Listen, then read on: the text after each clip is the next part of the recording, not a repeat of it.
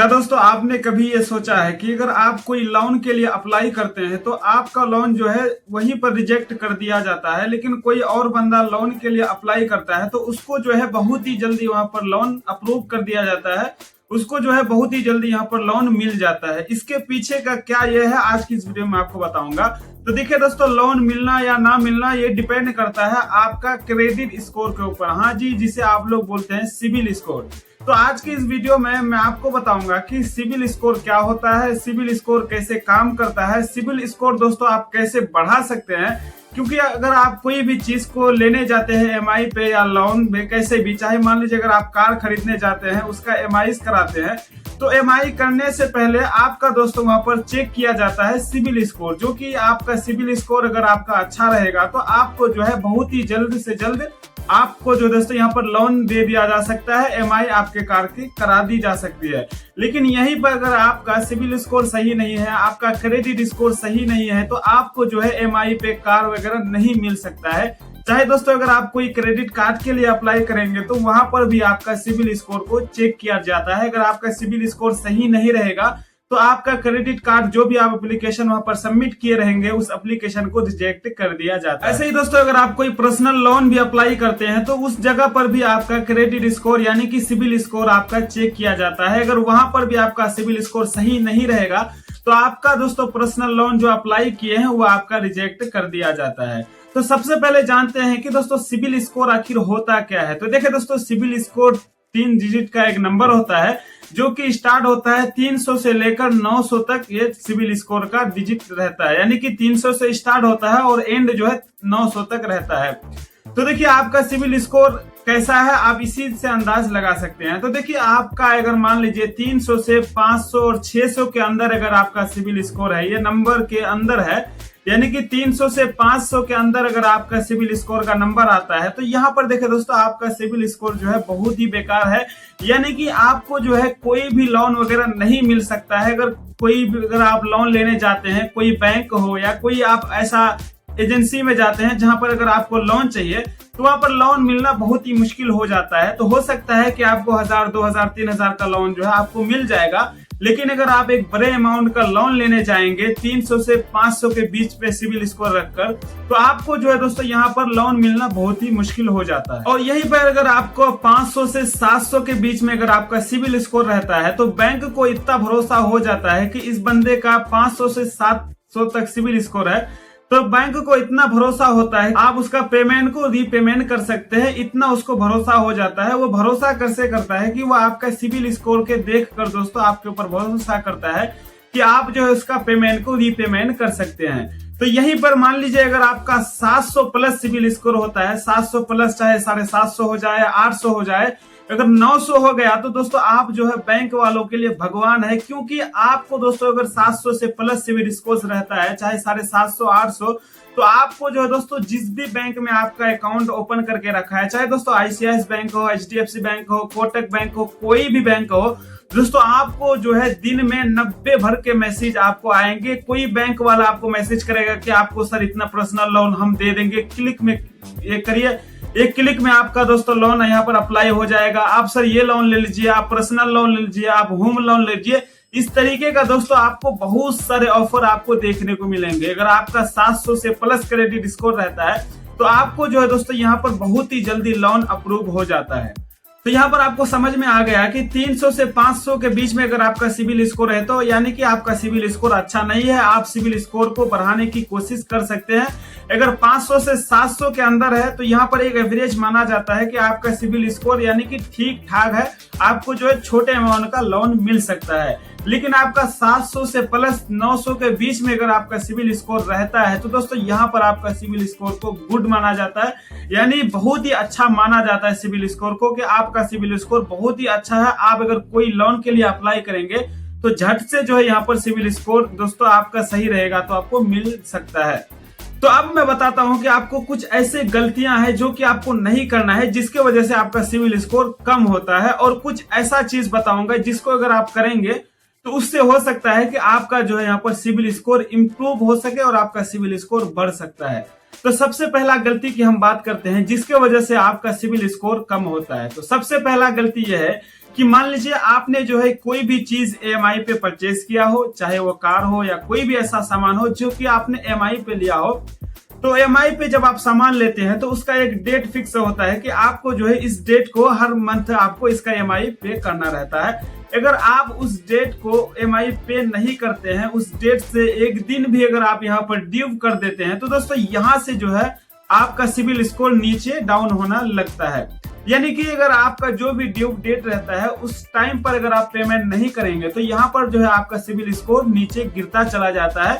जैसे ये होता है कि आपका सिविल स्कोर डाउन हो जाता है, जिसके बाद से आपका सिविल स्कोर खराब हो जाता है।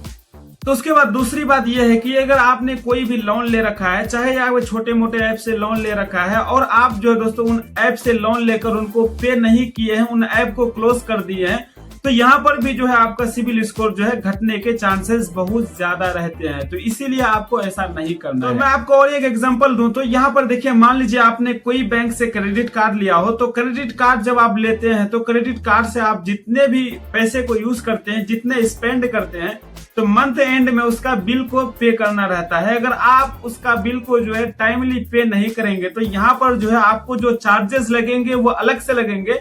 लेकिन यहाँ पर भी अगर आप ड्यू डेट को ये कर देते हैं तो यहाँ पर भी आपका जो है सिविल स्कोर कम होने लगता है, सिविल स्कोर आपका डाउन होने लगता है। और देखिए दोस्तों, ज्यादा लोन लेने से भी आपका सिविल स्कोर यहाँ पर डाउन होता है। यानी कि बहुत सारे लोग ऐसा होते हैं कि जितने भी ऐसा छोटे मोटे लोन देने वाले ऐप रहते हैं उन सब ऐप से जो है वो लोन लेके रखेंगे। तो ऐसा आपको बिल्कुल भी नहीं करना है। अगर आप इस तरीके से करेंगे तो आपका जो है दोस्तों सिविल स्कोर जो यहाँ पर हमेशा डाउन होते रहेगा, नहीं बढ़ेगा। तो ये सब गलती जो है आपको नहीं करना है। ये सब गलती अगर आप नहीं करेंगे तो आपका सिविल स्कोर जो है कम नहीं होगा बल्कि बढ़ेगा। अब जो है मैं आपको कुछ ऐसे टिप्स देता हूं जिससे कि आपका सिविल स्कोर बहुत ही ज्यादा इंप्रूव होगा और बहुत ही जल्दी बढ़ने लगेगा। अब यहाँ पर देखिए, सबसे पहले अगर आप कोई भी लोन लिए हैं, कोई भी EMI कराए हैं अपना इससे, तो सबसे पहले देखें दोस्तों EMI का जो भी डेट रहता है, जो भी टाइम रहता है, आप दोस्तों वहां पर हमेशा टाइम पे उसको पे करिए।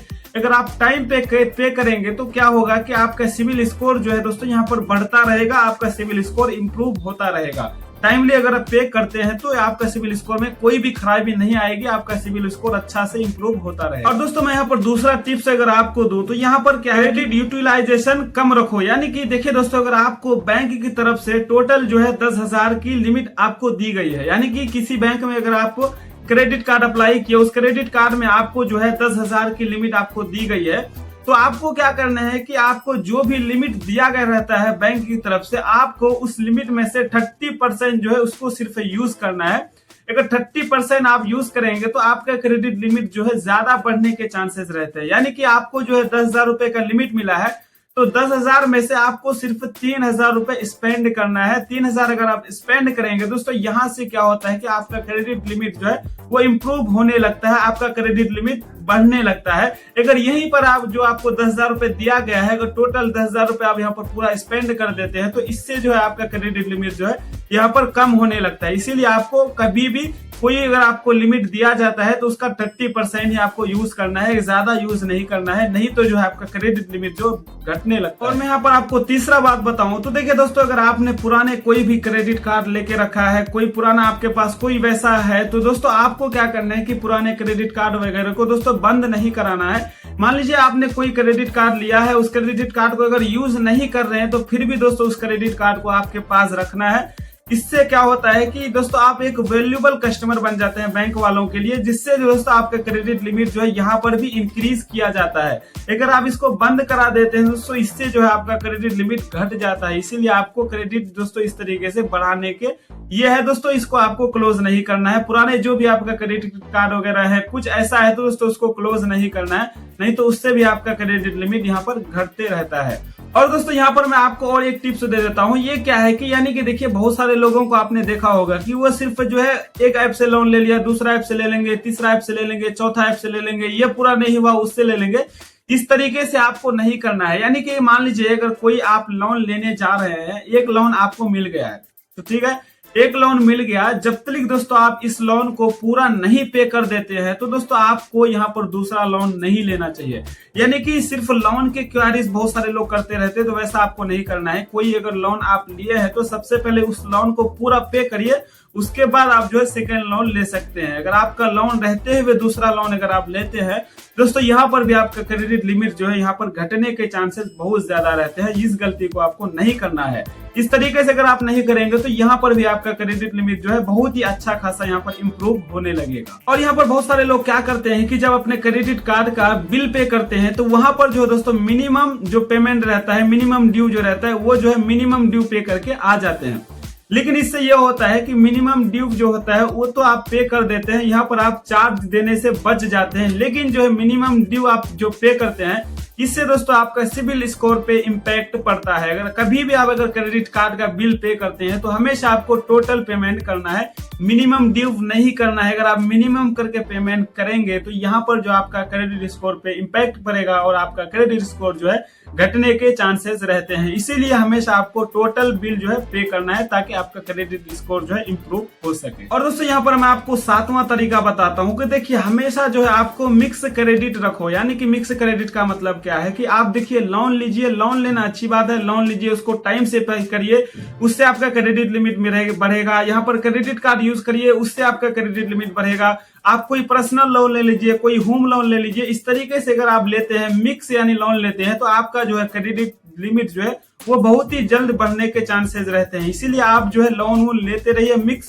क्रेडिट अपना बनता रहेगा आपका और आपका क्रेडिट जो है अच्छा से यहाँ पर इंप्रूव होता रहेगा। दोस्तों सबसे आखिरी यहाँ पर मैं आपको बताता हूँ कि हमेशा जो है आपको 1 महीने 2 महीने के बाद अपने क्रेडिट लिमिट को चेक करते रहना है, पूरा रिपोर्ट को चेक करते रहना है कि हमारा क्रेडिट लिमिट जो है अभी क्रेडिट स्कोर जो है उसका क्या रिपोर्ट है, किस तरीके से हमारा क्रेडिट अभी चल रहा है, इसको आपको चेक करते रहना है ताकि दोस्तों आपको पता चल सके कि आपने जो EMI लिया है, जो आपने क्रेडिट कार्ड का बिल वगैरह पे किया है, इसमें कहीं ड्यू तो नहीं हुआ है। रिपोर्ट में दोस्तों आपको A to Z दिखा देगा कि आप किस महीने कितना दिन कैसे ड्यू कर दिए, कब टाइम पे किए हैं, हर एक चीज जो दोस्तों आपको वहां पर देखने को मिल जाएगा। तो आई होप कि दोस्तों A to Z मैंने आपको समझा दिया है कि क्रेडिट स्कोर क्या होता है, सिबिल स्कोर क्या होता है, किस तरीके से सिबिल स्कोर काम करता है और आपका सिबिल स्कोर क्या होना चाहिए। दोस्तों मैंने जो A to Z आपको समझा दिया है, लेकिन अभी भी अगर आपको कुछ समझ में नहीं आया है, कोई डाउट है तो आप कमेंट बॉक्स में कमेंट कर सकते हैं और मैं जो है दोस्तों आपका कमेंट का रिप्लाई जरूर दूंगा। दोस्तों अगर आपको अपना क्रेडिट स्कोर चेक करना नहीं आता है तो यहाँ पर आपको एक वीडियो दिख रहा होगा, आप दोस्तों इस वीडियो पे क्लिक करके अपने क्रेडिट स्कोर को चेक कर सकते हैं। मैंने जो है step by step A to Z इसमें बता रखा है, आप जाके अपना क्रेडिट स्कोर को चेक कर सकते हैं। तो चलिए दोस्तों मिलते हैं कोई नए वीडियो में कोई नए टॉपिक के साथ, जब तक के लिए जय हिंद जय भारत।